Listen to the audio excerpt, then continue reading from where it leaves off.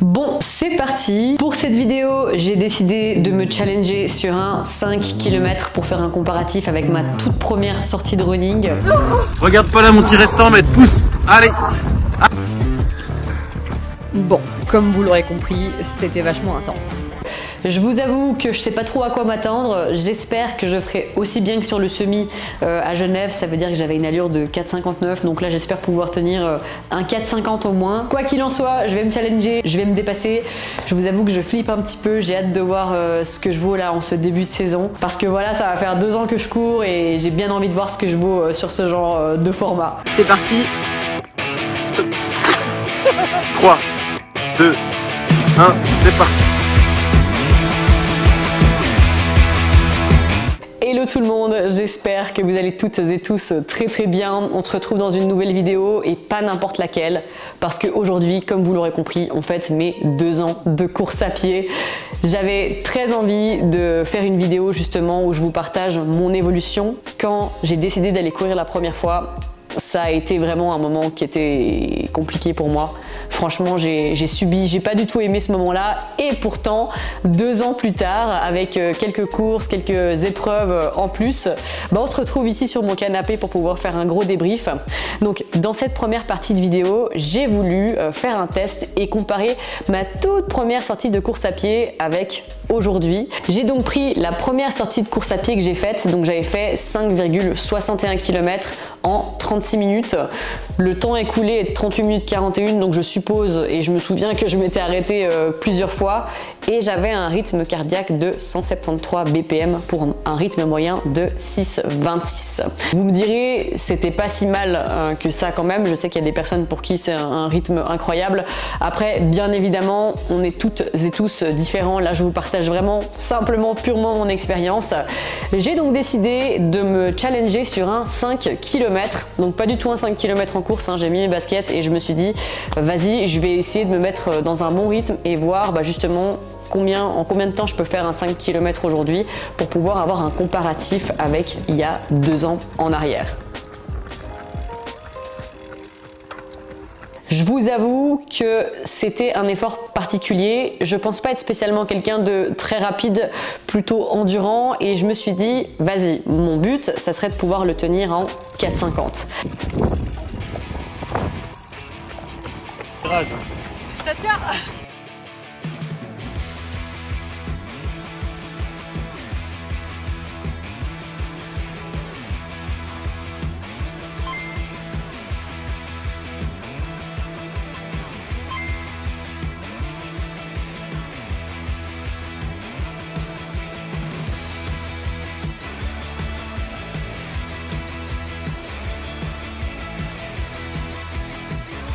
Fort à fond, redresse-toi, on y va. C'est bien. Encore. Allez, il reste 200 mètres, c'est rien du tout. Encore. Vas-y. Vas-y, lâche les chevaux, encore 150 mètres. Vas-y, t'en as encore. Pousse-toi vraiment au bout. Vas-y, pousse. Allez, encore.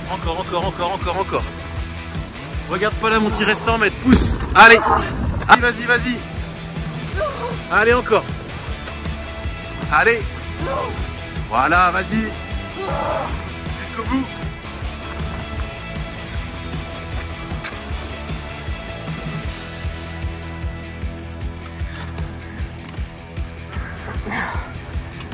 « 4,27 » J'ai réussi. Voilà les amis, c'est fait. 5 km. Franchement, je pensais pas que je serais capable de courir aussi vite que ça. Ça s'est bien passé, pas de douleur aux jambes, pas de points. Mais par contre, mentalement t'en chies, genre vraiment c'est difficile. Je le referai l'année prochaine, je pense que je vais le faire chaque année et j'espère que je vais réussir à gratter des secondes sur le chrono. Mais en tout cas, je me sens pas du tout prête encore à tenir cette allure sur un semi-marathon. On verra, peut-être l'année prochaine, il faudra travailler. Franchement, je suis trop fière de moi. Je pensais pas que j'étais capable de tenir ce rythme-là sur une aussi longue distance, hein, je mets des guillemets, parce que encore une fois, le beaucoup de quelqu'un sera peut-être le pas beaucoup de quelqu'un d'autre. Mais en tout cas, pour moi, je sais que c'est déjà une superbe progression. Dans cette sortie-là, musculairement parlant, c'est bien allé. Juste, je dirais un petit peu au niveau du souffle que c'était un petit peu compliqué. D'ailleurs, vous allez voir que sur mon récapitulatif de course, mon rythme moyen était de 146 BPM. Personnellement, je pense qu'il était un peu plus haut puis que ça doit très certainement être un bug de ma Garmin, mais je me dis que peut-être que j'étais pas si haut que ça. Et je me dis que l'année prochaine, je retenterai l'expérience pour voir comment je me suis encore améliorée. Là, je vous ai donné un petit comparatif sur le 5 km, mais j'ai aussi un comparatif à vous donner pour le semi. Donc, le premier semi-marathon que j'ai fait, je l'ai fait autour de chez moi. Donc voilà, c'était pas pendant une course ni rien, mais je l'avais fait en 2 heures et 8 minutes au mois de mai, donc approximativement un mois après avoir commencé à courir. Comme je vous l'ai dit, moi j'adore me challenger et je me suis dit vas-y, je me sens prête. D'ailleurs je crois que c'était même pas prévu, j'ai commencé à aller courir et en fait je me suis un peu enjaillée et je me suis dit allez, les 21 ne sont pas loin, et du coup je les avais fait en 2 heures et 8 minutes contre 1h45 une année et demie après, à la fin de mon Half Ironman. J'ai réussi à boucler mon semi-marathon en 1h45 et du coup ça me fait une progression de 23 minutes. Au tout début, c'est assez facile, je mets des guillemets, de progresser parce que c'est normal, on ne connaît pas notre corps et puis le corps a une capacité de progression assez rapide au début, mais plus on va évoluer, plus ça va être difficile de gratter des minutes. C'est pour ça que je garde tout ça précieusement, parce que ça va me permettre ces prochaines années de pouvoir vous refaire des bilans et de voir à quel point je me suis améliorée. Faut savoir que d'ailleurs la première année où j'ai fait du running, j'ai vraiment suivi aucune préparation. J'ai jamais fait d'intervalle ni rien, j'allais juste courir, faire de la montée parce que mon objectif c'était aussi le trail, mais voilà, je m'étais jamais mis sur une prépa semi comme j'ai pu le faire pour le semi-Ironman. Encore une fois, le but de cette vidéo, c'est absolument pas de vous comparer, hein, c'est vraiment un partage d'expérience. On a tous une génétique, des facilités différentes, ça va vraiment dépendre des individus. Je vous rappelle quand même que moi, ça fait 8 ans que je fais du sport, donc à l'époque, quand j'ai commencé, j'avais quand même déjà 6 ans d'expérience et une bonne musculature de base, et ça, je pense que ça m'a vraiment aidé à pas me blesser. Si on pouvait se faire une petite rétrospective, d'ailleurs, je vous avoue que je regrette parce que j'ai pas beaucoup d'images justement de ces débuts en course à pied, parce que j'avais tellement honte de mon niveau et de moi, ça m'a mis vraiment un sacré coup à mon ego et du coup je regrette de ne pas avoir plus d'images que ça. Mais quand j'ai commencé la course à pied, moi il faut savoir que je ne fonctionne pas dans la demi-mesure.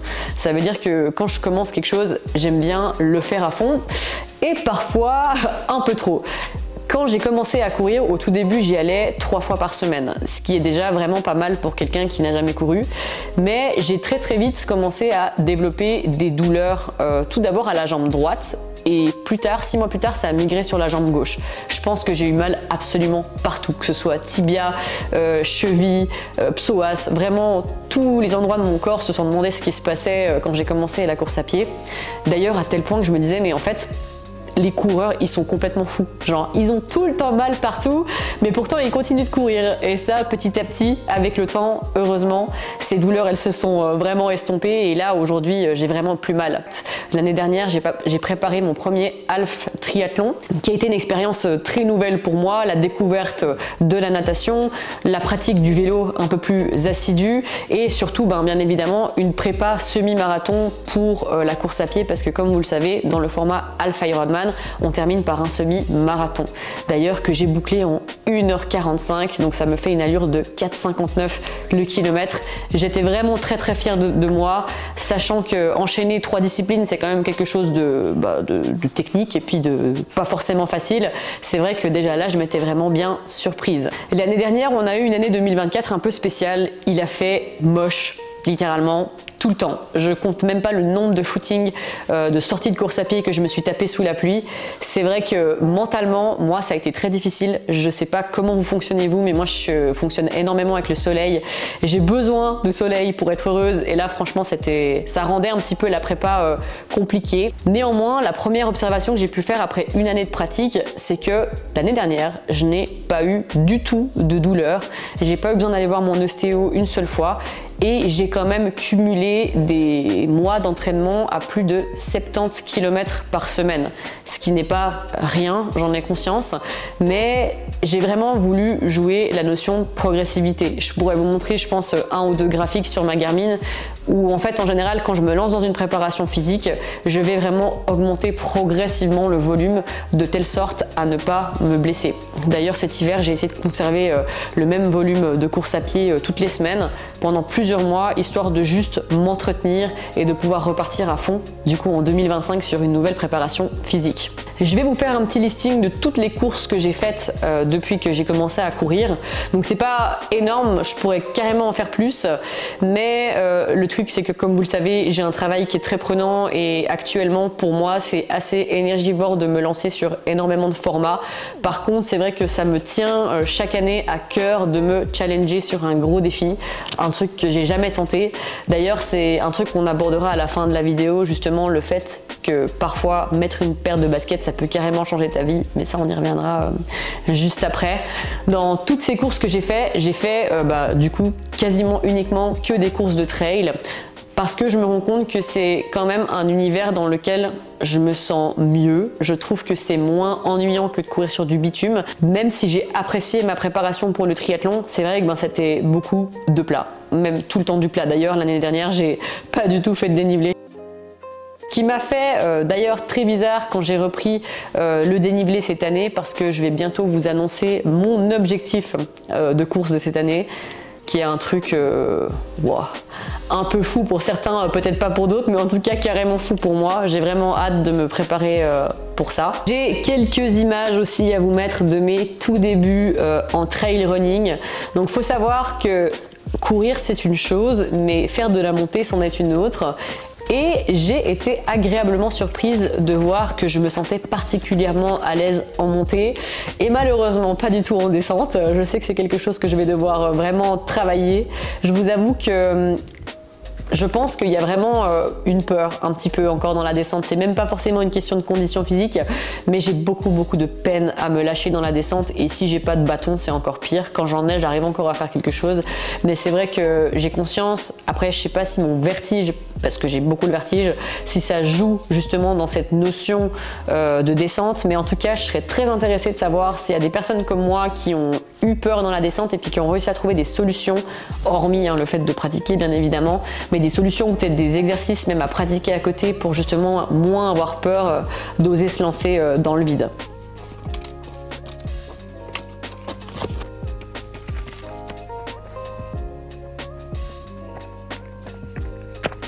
Et dans cette vidéo, j'ai vraiment envie de vous parler de plusieurs points, de plusieurs bénéfices que la course à pied m'ont apporté. Donc déjà, un des gros bénéfices que j'ai ressenti, c'est l'énergie. On peut penser des fois que en faisant une activité sportive, une activité physique, on va être beaucoup plus fatigué, mais moi ça a carrément pas été mon cas. Pour vous raconter une petite anecdote, depuis très longtemps, j'ai toujours un énorme coup de barre l'après-midi, genre c'est ultra difficile pour moi de me remettre dans mon job, d'être concentré et franchement depuis que je cours, je n'ai plus jamais eu ce coup de barre. Donc ça va faire 2 ans que tous les après-midi, littéralement, je pète le feu. Et j'ai vraiment l'impression que pour moi, la course à pied, ça a été un moyen de gérer mon stress et mes émotions. C'est vraiment un moment où je mets mon tel sous mode avion, je mets mon meilleur son et puis c'est moi avec moi-même.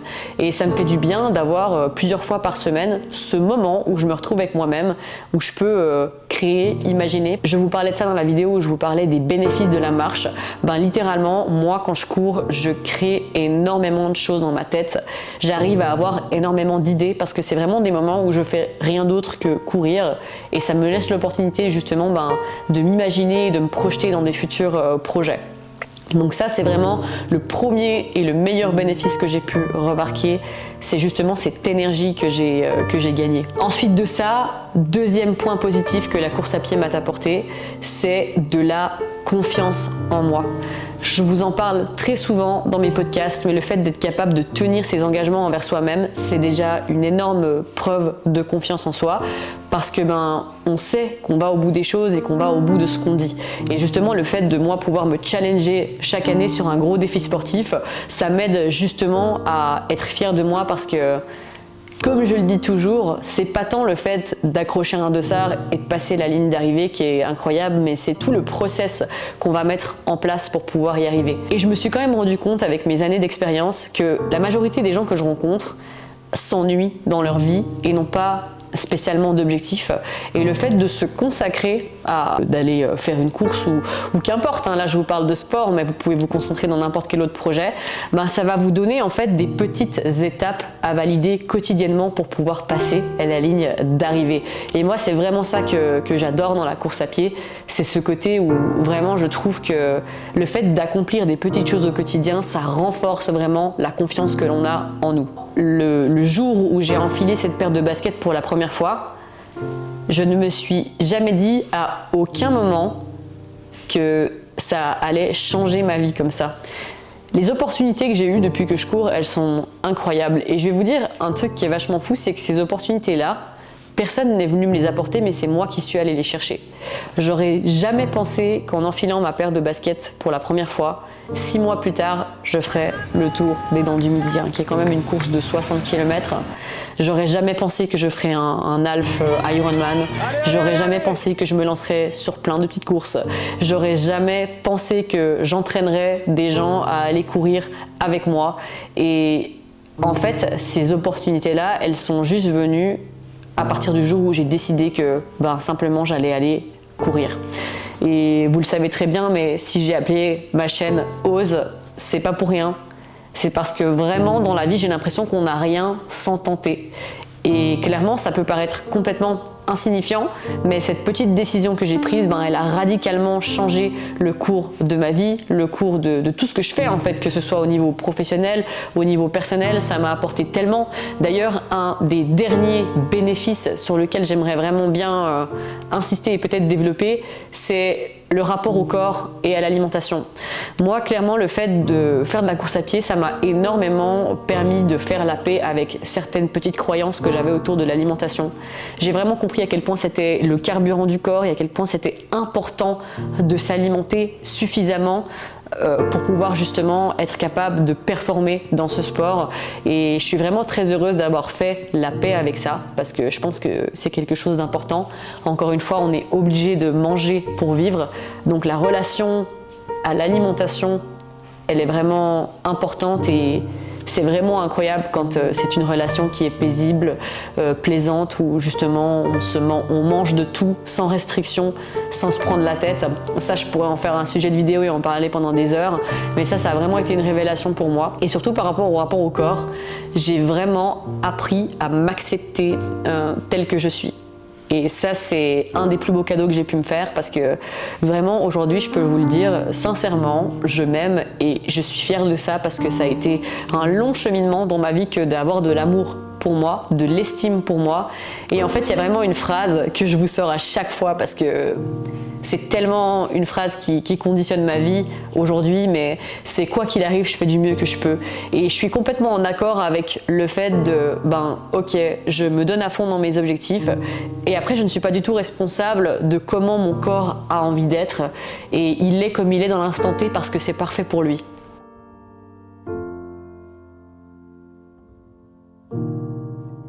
Le corps, c'est le seul endroit où on est obligé de vivre toute sa vie, et c'est hyper important de se sentir bien dedans. D'ailleurs, mon physique a, je trouve, quand même bien changé depuis que je cours. J'ai perdu 12 kilos, mais là, ça doit faire 1 année et demie que je fais le même poids toute l'année. Ça veut dire que mon corps revient naturellement toujours au même poids. Encore une fois, je vous le donne pas parce que j'ai pas envie que vous fassiez de comparaison par rapport au poids que je fais, parce que c'est pas forcément un idéal à atteindre, et de toute façon, le poids d'équilibre, c'est pas quelque chose qui se choisit. Aujourd'hui, je me sens vraiment ultra bien à ce poids-là. C'est vraiment un poids qui me convient, dans lequel j'ai de l'énergie, et simplement j'arrive à apprécier mon physique tel qu'il est. Comme je vous l'ai dit, j'ai peut-être pas le six-pack que j'avais quand j'étais sur scène, mais en fait c'était plus moi. Elle s'appelle Pauliane Racine, mais peut-être la connaissez-vous sous le pseudonyme Poliane F, sous lequel elle rassemble des milliers d'abonnés sur les réseaux sociaux. Son talent, le bodybuilding. À 23 ans, la Valaisanne détient 3 titres de championne suisse dans sa catégorie. Et comme je vous le dis, parfois il faut laisser mourir certaines idées pour faire naître le nouveau vous. Et clairement, ce changement de sport, il m'a fait énormément de bien. Aujourd'hui, je fais encore de la musculation. J'en fais 2 à 3 fois par semaine en hiver. Et l'été, quand je suis en préparation physique, je diminue, voire j'arrête complètement. Ça fait du bien à mon corps. Et si ça peut vous rassurer, moi je trouve que ça ne change absolument rien à mes résultats. Clairement pas, voire même je trouve que c'est mieux parce que ça me permet un petit peu de cycler mes entraînements. Il va y avoir une partie un peu plus axée sur le renforcement musculaire en hiver et une partie axée beaucoup plus sur l'endurance en été, et ça me va très très bien. Selon moi, la course à pied, c'est vraiment un sport un peu méritocratique, sans forcément parler de la génétique de base, mais je trouve que on a des résultats en fait à la hauteur aussi de ce que l'on va s'investir. Et un des conseils les plus importants que je puisse vous donner, si vous avez envie de progresser en course à pied, si vous avez envie de peut-être performer, je mets des guillemets, mais du moins plutôt de vous améliorer, c'est d'être régulier. Il vaut mieux courir 2 fois par semaine et s'y tenir toute sa vie, plutôt que de courir pendant quelques mois 5 fois par semaine et après d'arrêter complètement. Le cardio, c'est vraiment quelque chose qui, je pense, c'est comme la souplesse, se perd assez vite, donc c'est vraiment important de l'entretenir. Moi, honnêtement, je pense que depuis que j'ai commencé à courir, la plus longue pause que j'ai faite, ça devait être 1 ou 2 semaines, mais après genre un gros événement comme les 60 km, c'est vrai que le corps a besoin de repos, de récupération, mais sinon j'ai toujours été très régulière. Et comme j'aime bien le dire, le fait de courir, c'est pas si compliqué que ça. Le plus difficile, c'est souvent de mettre ses baskets pour y aller. Donc vraiment, essayez de limiter la résistance entre vous et votre objectif. Comme je le dis, moi je mets souvent mes baskets derrière la porte. J'ai un petit bac avec toutes mes affaires de running, comme ça je sais que tout est là-dedans. J'ai pas besoin de commencer à chercher mes lunettes, mes écouteurs ou que sais-je. J'ai vraiment plus qu'à m'équiper et sortir. Donc vraiment, essayez de vous organiser un petit peu, et encore une fois, le meilleur conseil que je puisse vous donner, c'est de planifier vos séances, comme ça au moins vous savez quand vous allez. L'avantage avec le running, c'est que une paire de baskets, c'est pas difficile à avoir avec soi, et je trouve qu'on arrive très facilement à caser une séance de 30-40 minutes, même sur le coup d'une pause de midi. Donc c'est vrai que si vous avez envie de faire du sport et de vous dépenser, c'est aussi un sport qui est vachement accessible. Une autre clé importante que j'aimerais partager avec vous dans cette vidéo, c'est que c'est important de pas vous comparer. On est toutes et tous différents, encore une fois, et le but, c'est vraiment de donner le meilleur de vous-même. C'est aussi quelque chose que la course à pied m'a appris, c'est vraiment cette capacité de résilience à se dire, en fait, voilà, je mets un dossard, je vais faire cette course, et peu importe le résultat que je ferai, ça sera le résultat que je mérite en fonction de comment je me suis entraînée. Et de toute façon, j'ai envie de vous dire, le plus important, surtout quand on débute, on n'est pas sportif de haut niveau, moi non plus, c'est d'aller au bout, de tenir ses engagements. On en revient encore une fois à ça, mais pour moi, c'est vraiment quelque chose qui peut vous permettre d'avoir confiance en vous. Pour terminer cette vidéo, j'ai envie d'insister vraiment sur un truc très important, c'est la progressivité. Ça, c'est le plus important. Vous risquez de vous blesser. Le problème quand on commence la course à pied, c'est qu'on ne connaît pas son corps, et le corps a une capacité d'adaptation qui certes est impressionnante, mais si on ne va jamais courir et qu'on commence à courir 30-40 km par semaine, vos tendons, vos articulations ne sont pas habitués à ce mouvement mécanique. Donc c'est pour ça que la progressivité, c'est vraiment très important. D'ailleurs, c'est pas pour rien que la majorité des entraînements se font en endurance fondamentale, pour pouvoir justement laisser le corps s'habituer, s'adapter à cet effort qui est nouveau. Au plus vous allez être régulier, au plus vous allez durer dans le temps, et au plus vous allez aussi connaître vos limites. Et ça, malheureusement, c'est pas du jour au lendemain que ça vient. Et moi, si je peux vraiment vous donner un conseil, si vous avez envie de progresser dans cette discipline, c'est de commencer par des micro-footings tous les 3 jours. Ça peut être des footings de 20, 30 minutes, mais c'est juste pour vous habituer déjà à sortir dehors.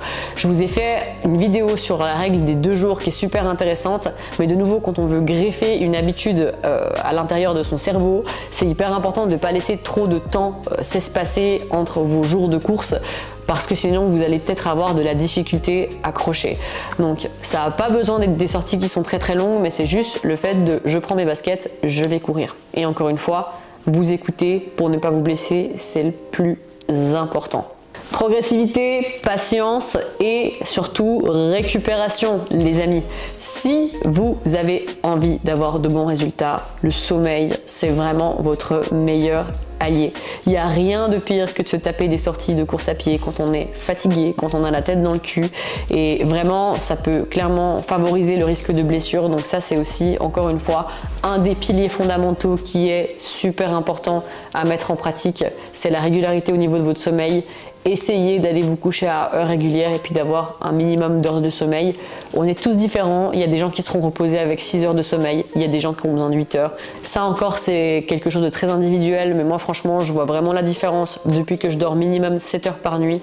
J'ai vu une nette amélioration au niveau de mes performances et de ma progression en course à pied. Bon les amis, j'espère que je me suis pas trop étalée, que je suis pas partie dans tous les sens. En tout cas, si vous avez des questions, n'hésitez pas à me les poser en commentaire ou à me suivre sur Instagram. C'est vrai que je poste beaucoup de sondages là-bas.